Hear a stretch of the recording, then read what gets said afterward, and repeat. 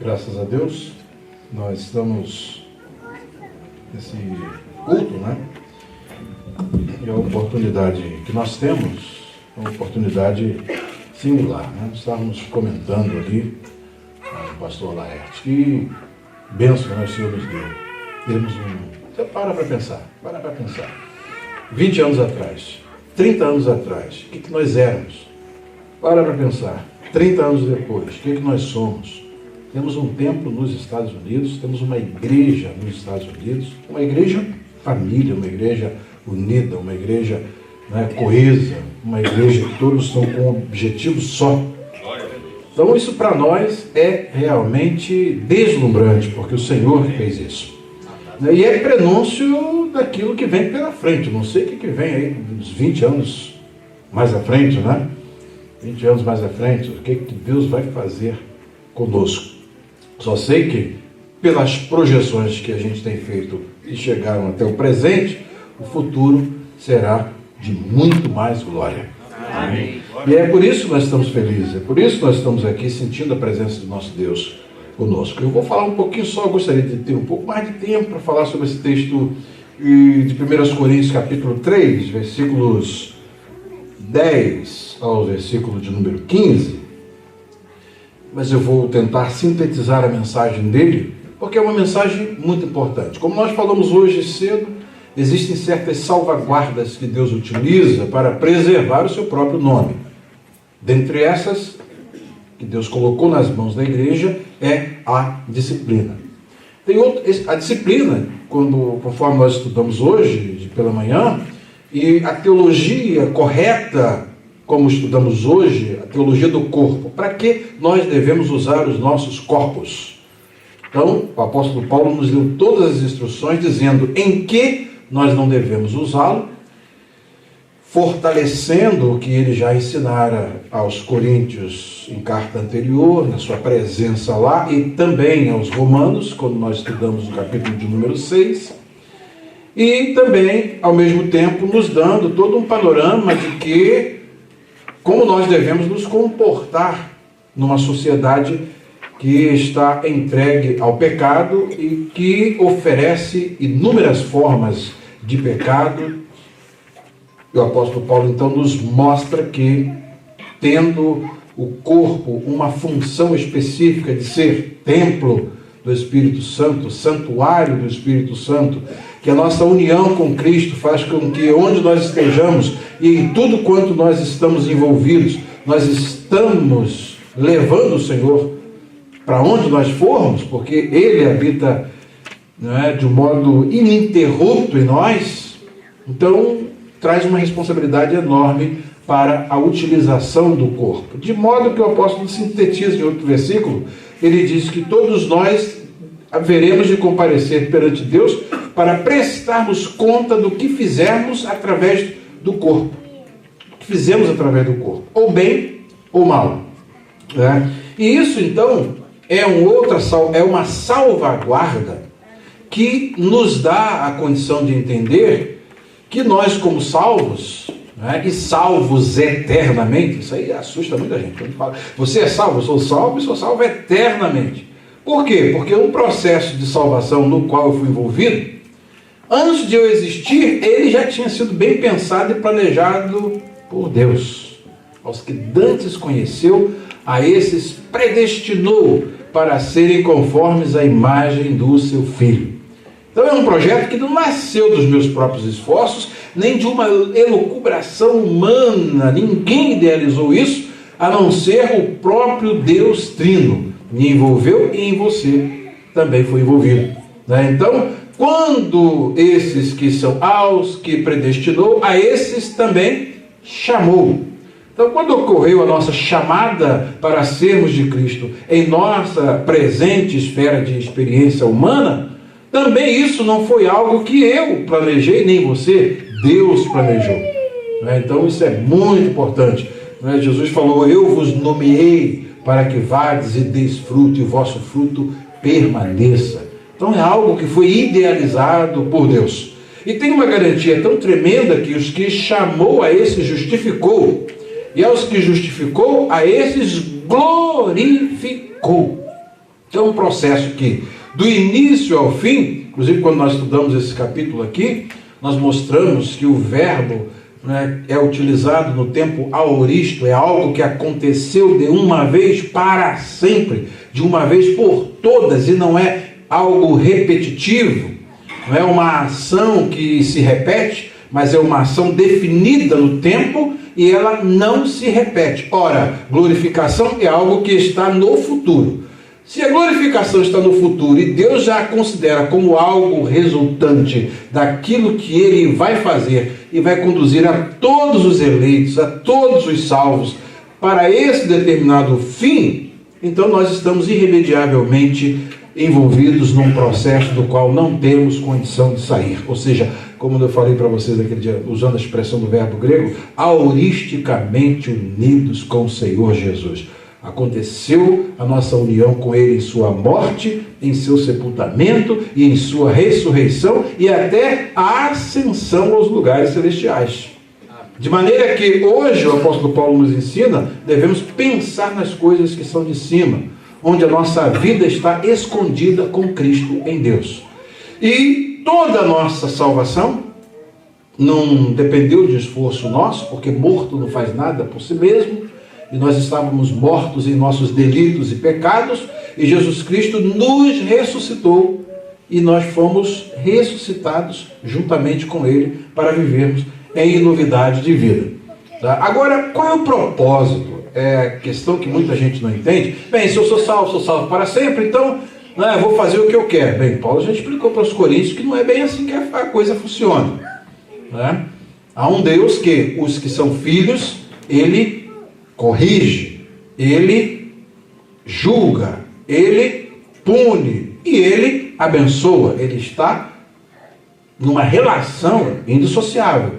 Então, para bem ou para mal, o nosso comportamento vai determinar aquilo que nós obtemos de Deus, ou a bênção dele, ou a correção dele. Por quê? Porque somos filhos, e o filho não deixa, o pai não deixa o filho fazer o que bem entende. Hebreus nos ensina isso, nós vamos chegar lá nessa epístola, que vai ser muito bom o nosso estudo ali.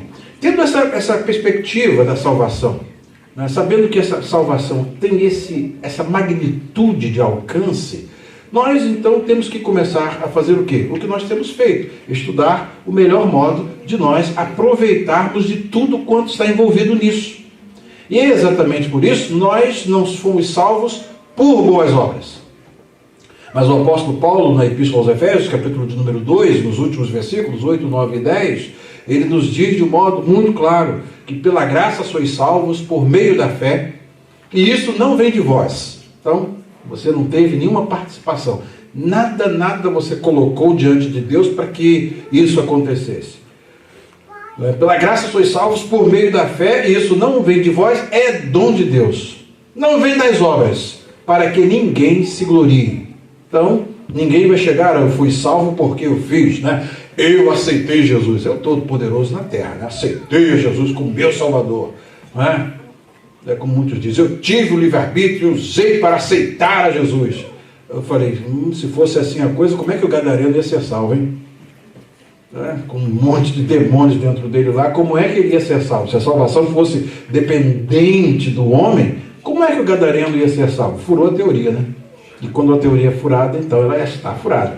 Não tem jeito. Mas Jesus foi lá, e porque ele era um eleito, escolhido, Jesus foi lá, né, e independente dele, porque ele estava totalmente, ali era o buraco mais fundo que um ser humano pode estar dentro dele, né? Ali Jesus foi então e o libertou, mandou que aqueles demônios saíssem dele e então aplicou a salvação àquela vida. Quando ele foi liberto, aí então sim, ele ficou sentado, manso, tranquilo, aquele homem alucinado que andava para um lado e para o outro, e de dia e de noite não comia, e quebrava as correntes, e andava nos cemitérios. Agora passa, depois de toda aquela casta de demônios sair dele, a estar em sã juízo, sentado, tranquilo, salvo, ouvindo o meio Nazaré. Aí sim, ele pediu para estar com Jesus. Deixa que eu esteja contigo, que eu te acompanhe com seus discípulos. E Jesus disse para ele, não, vai e diga para os teus quão grande misericórdia Deus teve de ti. Mostrando isso, que o processo de salvação não tem colaboração humana. O homem não coopera com Deus. Deus é que opera a salvação. Que, assim como um morto é ressuscitado, Deus é que nos ressuscita das nossas sepulturas espirituais, nos trazendo para a vida junto com Cristo Jesus. Ver a coisa assim é muito lindo, né? Mas aí o apóstolo Paulo, no versículo 10 de Efésios, ele diz: nós não fomos salvos pelas obras para que ninguém se glorie. Por quê? Porque somos feitura sua. Então isso é um ato, uma ação criativa de Deus. E diz: criados para as boas obras, as quais Deus de antemão preparou para que andássemos nelas.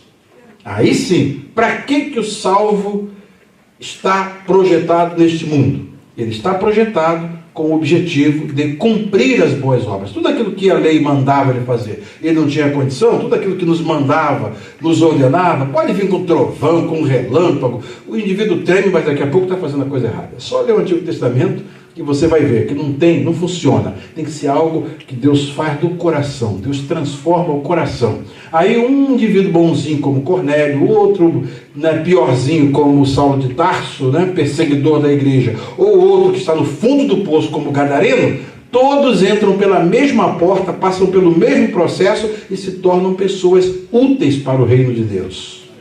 Então um Gadareno vai para Decápolis anunciar que Jesus fez maravilhas na vida dele. Vai falar para os vizinhos, para a família, Rosildo? Vai divulgar o que Jesus fez. Vem o apóstolo Paulo, então, vai também deixar de ser perseguidor e vai se tornar o maior missionário que a história da igreja produziu e o maior teólogo que a igreja obteve de presente. Que bênção a gente está mergulhando nas epístolas de Paulo. Deus, tudo é feito por quê? Não, pela graça de Deus, diz o apóstolo Paulo. Eu sou o que sou. Porque a sua graça para comigo não foi em vão. Então ele trabalhou por conta da graça de Deus. É exatamente isso. Depois que nós somos salvos, nós temos uma tarefa a realizar. E essa tarefa, ela está vinculada àquilo que nós vamos receber de Deus. Porque naquele dia Jesus fala: o meu galardão, Apocalipse fechando, o meu galardão está comigo para dar a cada um segundo as suas obras.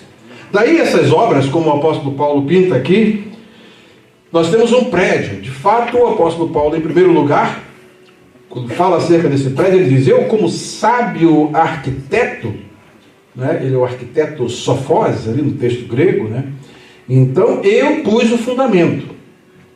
Eu pus o fundamento. E diz ele aqui: e outro edifica sobre ele, mas veja como edifica sobre ele. Ou seja, então a planta desse edifício, ela já está determinada. O arquiteto deu todas as coordenadas. Agora vocês têm que plantar, colocar todas as coisas de acordo com o planejamento do dono do prédio. Tem que ser tudo direitinho, porque depois ele vem fazer o exame final, e vai dizer se o que você fez está bom ou está ruim. E você vai, na construção não é assim? Na construção humana, o que acontece? Tem a fundação. Se a fundação for mal feita, o prédio todo depois pode ter até demolido. Então tem que ser bem feito. Mas as partes que são a carpintaria, pintura, acabamento, eletricidade, os planos lá, fazer tudo, encanamento, tudo tem que ser dentro de uma estrutura. E essa estrutura já foi idealizada. Você não pode chegar, bem, o patrão mandou, está na planta para fazer assim, mas eu vou diminuir um pouquinho aqui esse tamanho, vou aumentar aqui, pode mexer alguma coisa? Tem que ser exatamente, Paulo diz, sabe, o arquiteto colocou o fundamento, agora você veja como é que você edifica. Porque depois o dono do prédio vai vir analisar, e se não tiver de acordo, ou você vai simplesmente receber uma repreensão porque fez errado, isso vai trazer prejuízo, ou se você fez corretinho, de acordo com o que ele quis, de acordo com o que ele deseja, então você vai receber a sua recompensa. O pagamento vem no final. Você vai receber. Do contrário, meu amigo, você de repente vai pagar pela obra que você fez. Se sair não de acordo com a planta. Sabe o arquiteto, colocou o fundamento e agora outro edifica. Mas o apóstolo Paulo diz: porque ninguém pode pôr outro fundamento além do que já está posto, o qual é Jesus Cristo. Então qual é o fundamento da igreja? Jesus Cristo. Sobre quem a igreja está edificada? Jesus Cristo. Quem é que comprou a igreja? Jesus Cristo. A igreja é o que de Cristo? É o seu corpo. E ele é o que da igreja? É o cabeça da igreja. Daí nenhum membro do corpo pode tentar rivalizar com o dono que idealizou, o que deu o preço, que pagou, que comprou para poder construir esse prédio. Tudo é dele. Né? E até aqueles que são colocados na função de supervisores também são monitorados por ele e entram nessa construção porque ele colocou. Daí o centro da igreja, o fundamento da igreja, o alvo da igreja, o objetivo da igreja é salvos, agora agradar a esse que nos colocou através do seu Espírito Santo na igreja. Ele nos deu o seu Espírito Santo, nós somos agora templos do Espírito Santo e ele nos colocou na igreja. Daí cada um de nós, tudo que nós fazemos para Deus na igreja é parte do serviço. Por isso que Deus nos dota, nos dá dons, nos capacita para nós fazermos o melhor para Ele. Ninguém sabe fazer absolutamente nada para Deus se Deus não capacitar. É só Deus que pode capacitar. Por quê? Porque é um trabalho espiritual. E é um trabalho que tem uma linha, que tem uma coordenada dada, toda traçada por Ele. Não tem como inventar. Os destruidores de igrejas, os demolidores de igrejas, os demolidores desse prédio, são aqueles que tiram o fundamento. Aí é casa construída na areia. As crianças dizem, não construa sua casa na areia, né? Porque ela desaba. Jesus ensinou isso. Quando tira o fundamento da igreja, a gente vê como a igreja desaba.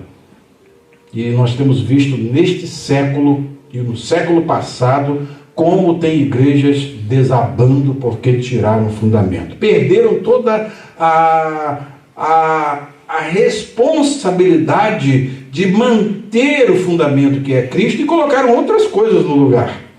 Conclusão, igrejas desmoronando, igrejas se desfazendo, igrejas acabando.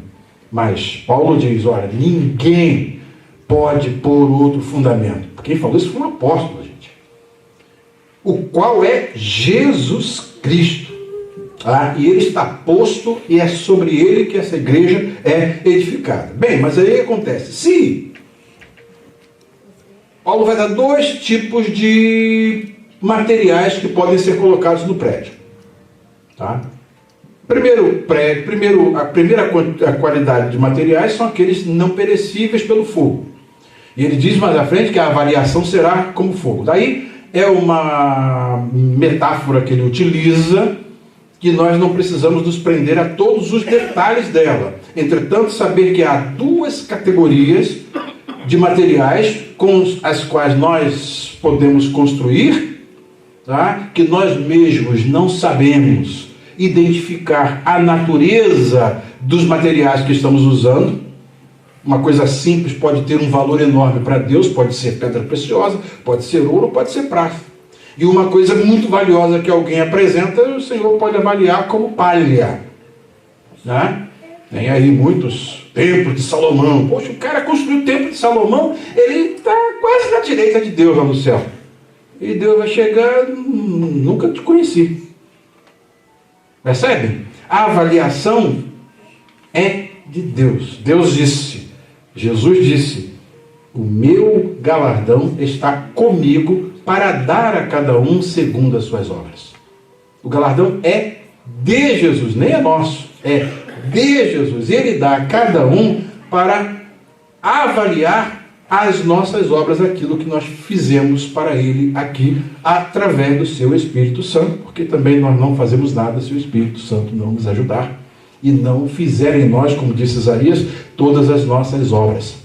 Exatamente tudo que nós fazemos para o reino de Deus, nós temos que estar voltados para o aspecto qualitativo, porque essas nossas obras podem ser identificadas como, diz ele aqui, se alguém sobre este fundamento formar um edifício de ouro, um edifício de prata, ou um edifício de pedras preciosas, mas também madeira, feno e palha, 3 não perecíveis pelo fogo e 3 perecíveis.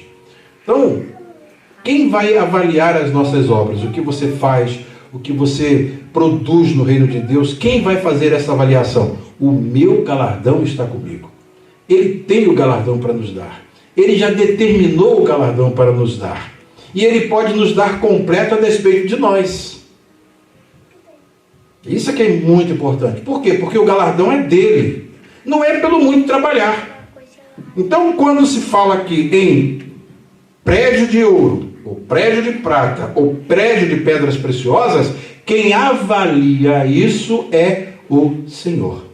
É o Senhor que é o avaliador, porque é o Senhor que é o inspirador.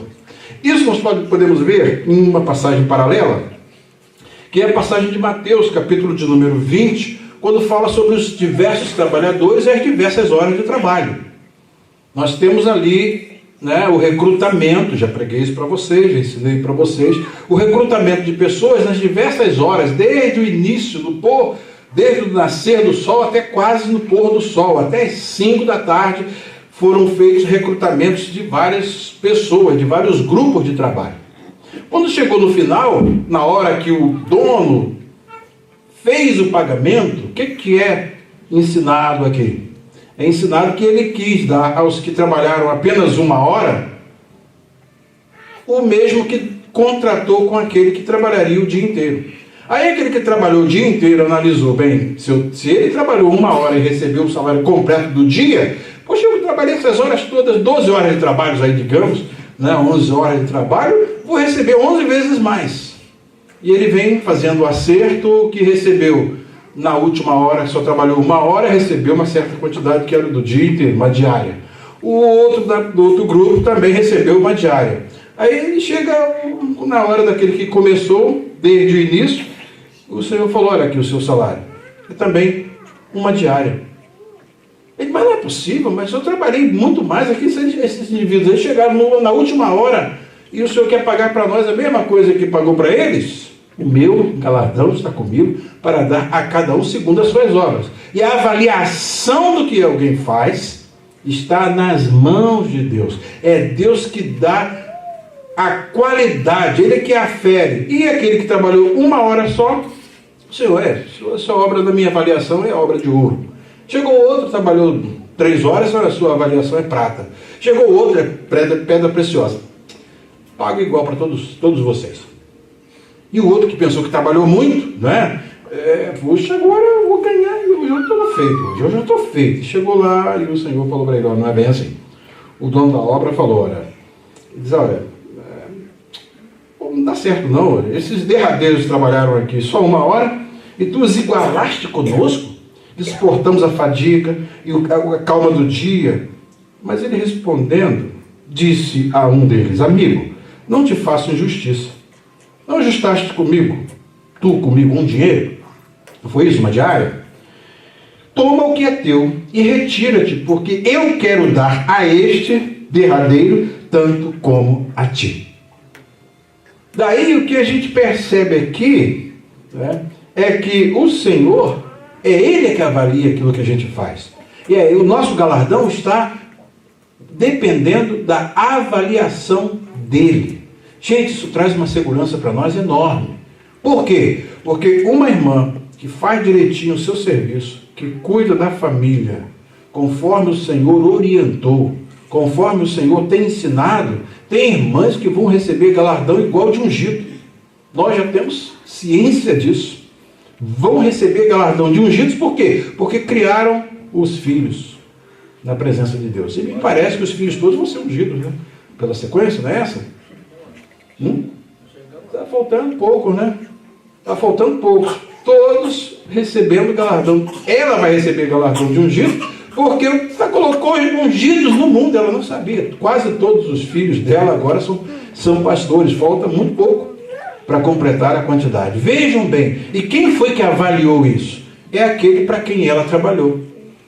E pode acontecer de um pastor que exerceu o ministério pastoral durante muitos anos, chegar naquele momento exato, por uma falha, por um pecado, por uma transgressão, por alguma coisa, receber absolutamente nada, menos do que essa irmã que foi simplesmente uma criadora de filhos, que deu o seu ventre para vir ao mundo as bênçãos do Senhor, que hoje são praticamente todos, serão pastores.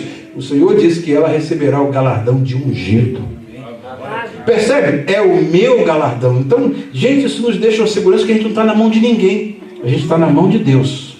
E a gente tem que então fazer o quê? Trabalhar o máximo para que esse edifício, ele cresça, ele seja edificado de modo tal que nós possamos receber do Senhor a recompensa que Ele tem nas suas mãos. Amém. E às vezes pode acontecer, como o aspecto da qualidade é importante, aquela oferta da viúva pobre, né? Está aqui, capítulo 12, né? A oferta da viúva pobre é um momento que a gente observa bem que Jesus ficou ali analisando como as pessoas jogavam as ofertas lá no gasofilácio, né? Como é que pegava? Então chegava lá, jogava aquela sacola cheia de moedas, aquele barulho, e isso daí agora tremeu o céu lá, né? Os céus ficaram tremendo agora, os anjos devem ter batido continência para ele, porque ele balançou o coração de Deus com tanta fé. Aí vai o outro lá, a mesma coisa, joga.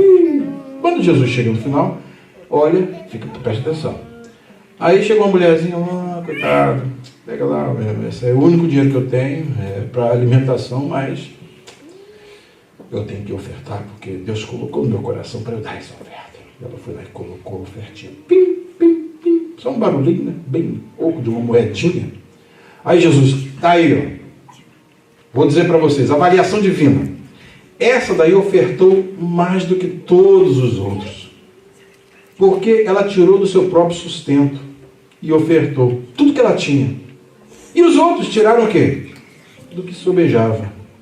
Pelo que eu digo então, que a oferta dela foi maior do que a de todos os outros. Olha, quem avalia o que nós fazemos para Deus? Uma oração sua pode ter um valor de pedra preciosa, de ouro, de prata. Uma oração sua, né? Uma obediência sua na submissão ao Senhor e ter os filhos que o Senhor quer que você tenha e criá-los com o amor com que você foi criado. Você foi criado, né? Isso aí pode ter um impacto decisivo na sua recompensa naquele dia. E o apóstolo Paulo diz aqui, de um modo muito claro, que na avaliação final, diz aqui, na avaliação final, diz, a obra de cada um se manifestará. Na verdade, o dia, quando se fala o dia, o tradutor colocou até o dia aqui em maiúsculo, né, que fala sobre aquele grande dia da avaliação.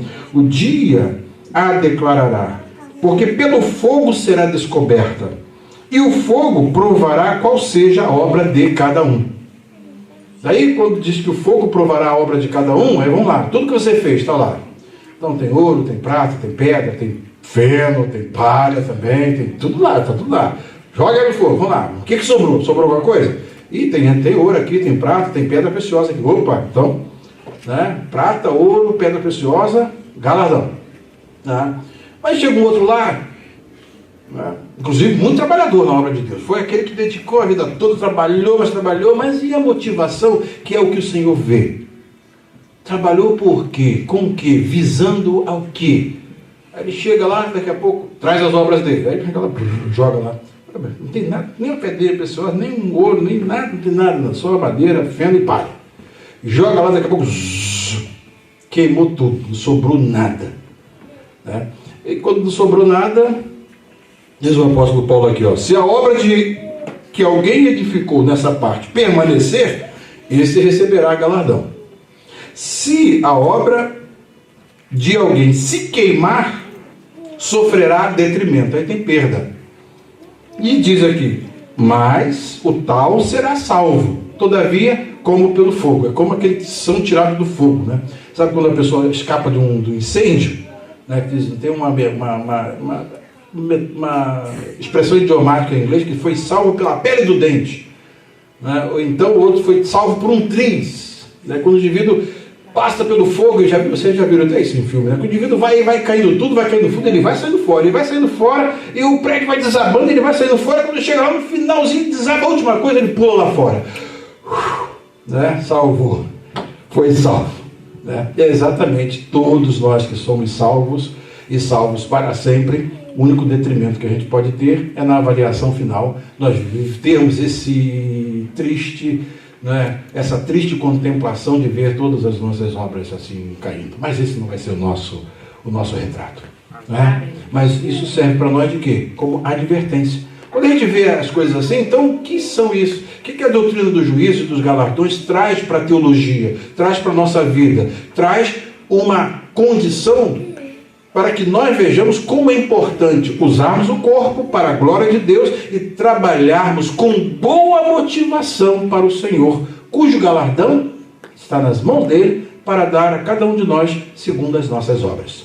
É Ele que faz em nós todas as nossas obras. Então o que nós temos que fazer? Aí sim, salvo, cooperar com o Espírito de Deus, ser guiado pelo Espírito de Deus, fazer aquilo que o Espírito de Deus vai impulsioná-lo sempre, de modo a glorificar o nome do Senhor. E naquele dia, então, nós vamos ter aquela grande surpresa. E quando estudarmos 1 Coríntios 15, nós vamos falar sobre um aspecto muito importante da questão dos galardões. O que isso significa de um modo muito simples e de um modo muito claro? Os galardões significam que você vai ter uma coroa com 500 pedras, vai ficar quase tortinha, assim, tanto peso na cabeça. Né? Será que é esse o sentido dos galardões? Né? Metáfora de coroa também é uma metáfora, né? Mas ela está como símbolo para uma realidade simbolizada. E isso nós vamos ver quando estudarmos daqui a pouco o capítulo 15 de 1 Coríntios. Que o Senhor nos abençoe e que o Senhor, com essa palavra, nos motive a cada vez mais trabalhar com a melhor motivação do nosso coração para o Senhor, sabendo que nós estamos trabalhando para o Senhor. Então, sede firmes e constantes, sempre abundantes na obra do Senhor, sabendo que o vosso trabalho não é vão no Senhor. Que o Senhor nos abençoe. Amém.